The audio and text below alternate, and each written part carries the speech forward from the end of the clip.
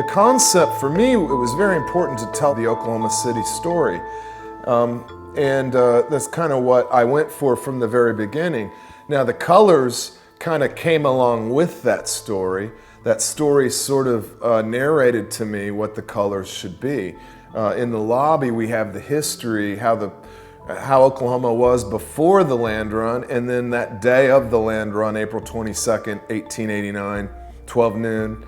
And from there for that palette, I just looked at the architecture and Oklahoma. What are good colors in Oklahoma and what will complement that architecture and that experience? They also asked that in that lobby, because before you go into the security area, that the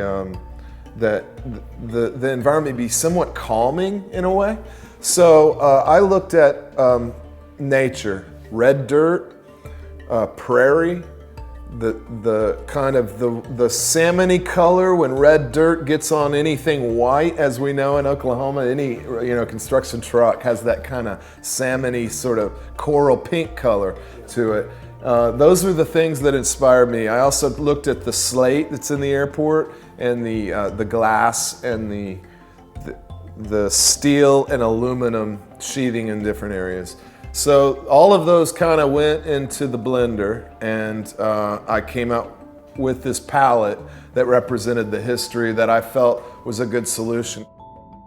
If anyone's ever even been to Oklahoma, they know weather is a hot topic here. We have the National Weather Center in Norman, and they say if you don't like the weather, wait 5 minutes. Well, that's what I wanted to do with that glass curtain wall, which represents the sky.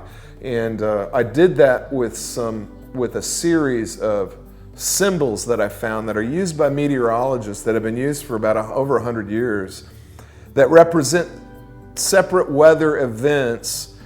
However, they almost look like native petroglyphs or maybe a cowboy brand. You're not going to know right away. You're just going to think they look kind of mysterious, especially the way I've redrawn them all. But they're literal weather icons representing things like a dust devil or hail or a nice weather, no change in weather, or a funnel cloud or things like that we see all of in Oklahoma.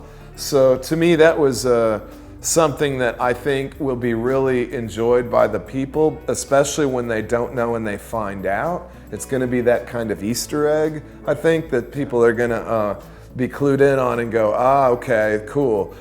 From a distance, it's just going to kind of look like this vapor effect of sort of abstract symbols, maybe kind of with a little bit of a native vibe to them. But the fact that they are real weather events in Oklahoma couldn't be more Oklahoma, and that's what I'm so proud of. That, and then the history of what the stories we're telling in the earth through the people, cultures, and industries. The main atrium centerpiece is the Oklahoma City's cultures and people, and that's being shown to us by a sepia tone Will Rogers. I felt it was pretty important to put him into this narrative, considering the airport's named after him. He's Oklahoma's favorite son, so they say. And I have him in those neutral sepia tones. And if you think about it, that's how we really only know Will, is from these old photos, these old black and white photos. So I thought that was a nice contrast of a bunch of bright colors to show sports, music, and entertainment. We have such a rich heritage of that. Hospitality, our food, and places, and then the places of Oklahoma City,